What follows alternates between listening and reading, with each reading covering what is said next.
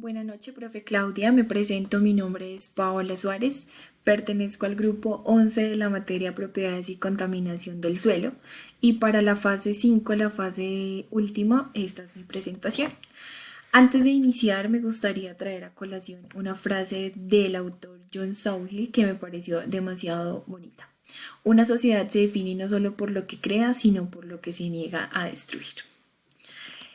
Para empezar mi presentación y teniendo en cuenta que en la guía de actividades se pedía recopilar los escenarios de tratamiento de contaminación del suelo para los escenarios 1 y 2 que vimos en las fases anteriores, me gustaría empezar con un pequeño resumen de lo que significa la contaminación del suelo.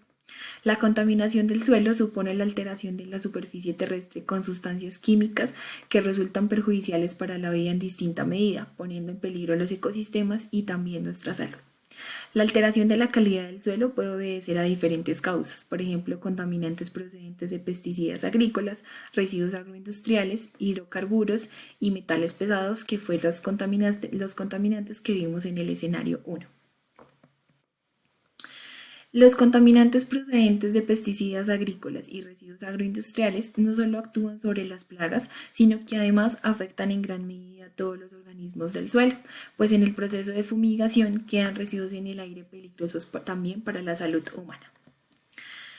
Los pesticidas, principales pesticidas están categorizados en tres principales, como lo son los herbicidas, que son los que es el producto que actúa sobre las hierbas malas para nuestro suelo, los fungicidas que actúan sobre los hongos y los insecticidas que actúan sobre los insectos. Para este escenario de contaminación por residuos agroindustriales o residuos agrícolas, mi propuesta de tratamiento es la fitorremediación. La fitorremediación es la alternativa para la descontaminación de suelos que hace el uso de plantas y sus microorganismos para remover, contener o reducir contaminantes. Las principales estrategias de la fitorremediación más usadas son la fitoextracción, la rizodegradación, la fitoestabilización y la fitovolatilización.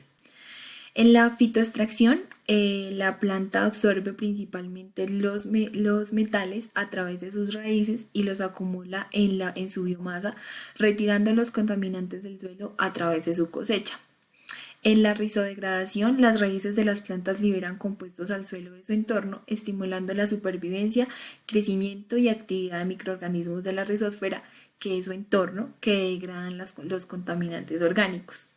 En la fitoestabilización, mediante distintos mecanismos, la planta es capaz de secuestrar o inmovilizar los contaminantes en la raíz o en su zona de influencia. Y en la fitovolatilización, algunas plantas captan contaminantes, selenio o algunos xenobióticos orgánicos y los liberan en una forma menos tóxica a la atmósfera a través de la transpiración. De estas 4 estrategias, yo escogí trabajar con la fitoextracción. El proceso de la fitoextracción se da de la siguiente manera, o estos son los pasos a seguir para conseguir un objetivo bueno. Lo primero es la medición inicial de las concentraciones del metal o del compuesto a tratar. Lo segundo es la elección de la especie según el metal presente que será cultivado en el suelo contaminado. Lo tercero es la extracción del contaminante por medio de la planta. Lo cuarto, se retira la cosecha convertida en biomasa enriquecida por el metal contaminante. Siguiente, se hace el tratamiento de la cosecha por compostaje, compresión o tratamientos termales. Y por último, la materia prima se procesa como si se tratara de un residuo peligroso, en ocasiones se incinera o se recicla para recuperar los elementos que podrán tener valor económico.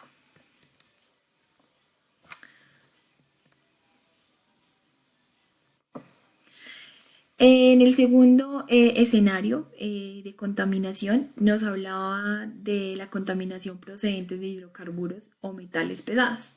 Los hidrocarburos son combustibles fósiles ampliamente utilizados alrededor del mundo como generadores fundamentales de diversas formas de energía.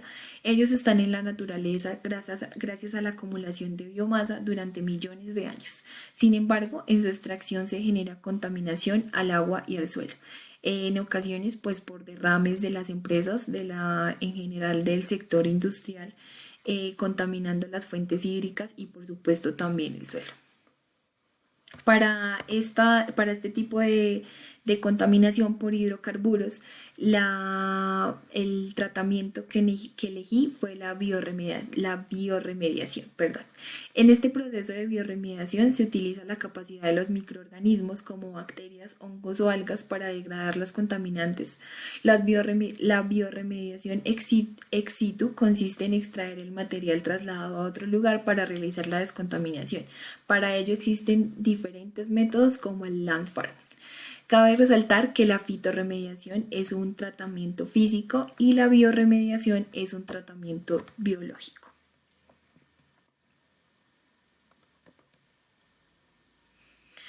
El land farming es una técnica de índole biológica empleada comúnmente para la reducción de la concentración de hidrocarburos, de petróleo y desechos de la industria. Para poder realizar o implementar el método de land farming y garantizar la efectividad del mismo, debemos tener en cuenta diferentes parámetros a la hora de de intervenir el suelo. Parámetros como su pH, la densidad microbiana, la cantidad de humedad, la temperatura, los nutrientes y la textura del suelo. En cuanto a las características de los contaminantes, debemos tener en cuenta su volatilidad, estructura química, concentración y toxicidad. Y en cuanto a las condiciones climáticas, debemos tener en cuenta la temperatura ambiente, la lluvia y el viento. El proceso de land farming se da de la siguiente manera. Consiste en la excavación y extensión del suelo contaminado en una capa que no sobrepase de 1.5 metros. El objetivo es incrementar la actividad biológica por medio de la aireación, adicionando nutrientes y minerales además de agua. La aireación del suelo se realiza por medio del arado, en ocasiones de manera manual. Para esta técnica se requiere que el suelo esté bien mezclado, para que los contaminantes y los microorganismos puedan hacer un buen contacto, perdón. Por último, mis conclusiones a través del curso y de los escenarios de contaminación y de los escenarios propuestos para el tratamiento de suelos son las siguientes. El cuidado del suelo debe ser primordial en la vida diaria, sector productivo, agrícola y demás, pues es el suelo. El suelo sostiene la producción de alimentos, filtra agua, son la fuente de medicinas y ayudan a combatir el cambio climático. Segunda conclusión. Implementar las diferentes técnicas de tratamiento en contaminación del suelo, ya sea física, biológica o química, para su recuperación, ayudará a preservar la biodiversidad, a mitigar los gases de efecto invernadero y a obtener agua más limpia y muchos beneficios más. Por último, las referencias bibliográficas. Y por último, darle gracias a la profe Claudia por su tiempo, su dedicación y sus aportes que construyen y me aportan demasiado a mi formación como ingeniera ambiental. Muchísimas gracias y éxitos para todos.